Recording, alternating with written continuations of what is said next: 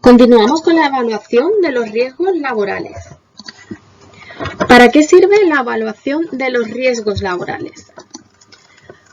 Pues se trata de obtener la mayor cantidad de información posible que nos va a permitir decidir con mayor seguridad qué medidas tenemos que adoptar frente a los riesgos existentes, si existen riesgos, por supuesto, y en caso de que existan, qué medidas se pueden adoptar. ¿Qué se evalúa? Pues se hace una evaluación de los riesgos generales de toda la empresa que afectan a todos los trabajadores, de los riesgos específicos que tiene cada trabajador en su puesto de trabajo y de los riesgos específicos de los trabajadores especialmente sensibles. Acordémonos nuevamente de las embarazadas en periodo de lactancia, de los menores o de personas con problemas físicos o discapacidades físicas o psíquicas. ¿Cuándo se va a realizar esta evaluación? Se hace una evaluación inicial al comienzo de la actividad de la empresa, cuando la empresa va a comenzar a ejercer su actividad, a trabajar, siempre y cuando se produzcan cambios que introduzcan nuevas maquinarias, nuevos equipos de trabajo o nuevas funciones que impliquen nuevos riesgos y cuando haya cambios en las condiciones personales del trabajador. Por ejemplo, una mujer que se queda embarazada, pues hay que hacer una evaluación de riesgos para esa nueva condición de la trabajadora. El proceso de evaluación consta de 3 pasos. El primero de ellos es identificar los riesgos o los peligros que tenemos en la empresa.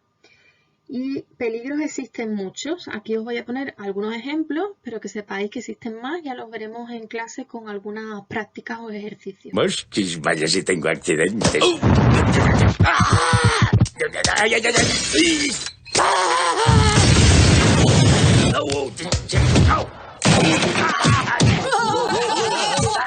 Cuidado.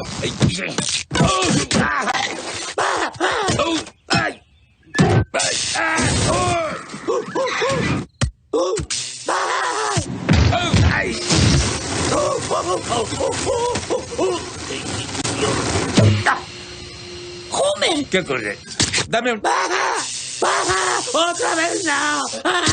¡Baja!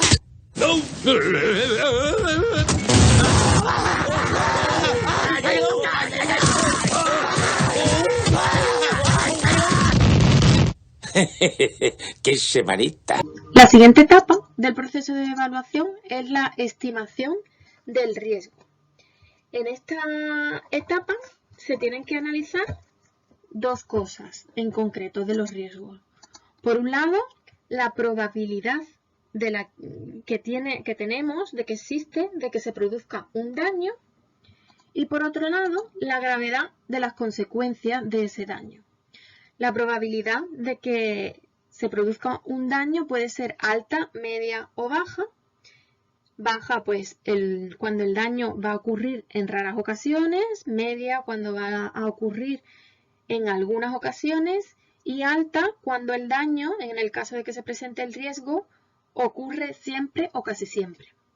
Y la gravedad de las consecuencias, pues podemos tener daños ligeros, dañinos o extremadamente dañinos. La combinación de esos 2 factores, de la probabilidad de que se produzca un daño y la gravedad de esos daños, esa combinación de esos 3 niveles de cada uno de los factores nos dan unas 9 combinaciones posibles.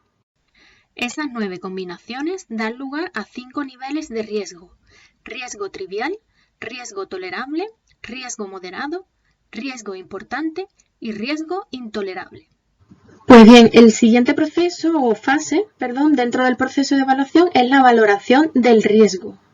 Esos niveles que hemos visto antes de riesgo, lo que nos van a servir es para decidir si es necesario adoptar medidas preventivas o no. Por ejemplo, un riesgo trivial, aquel cuya probabilidad de que se dé un daño es poca y en el caso de que aparezca un daño va a ser muy leve, pues no requiere acción específica ninguna.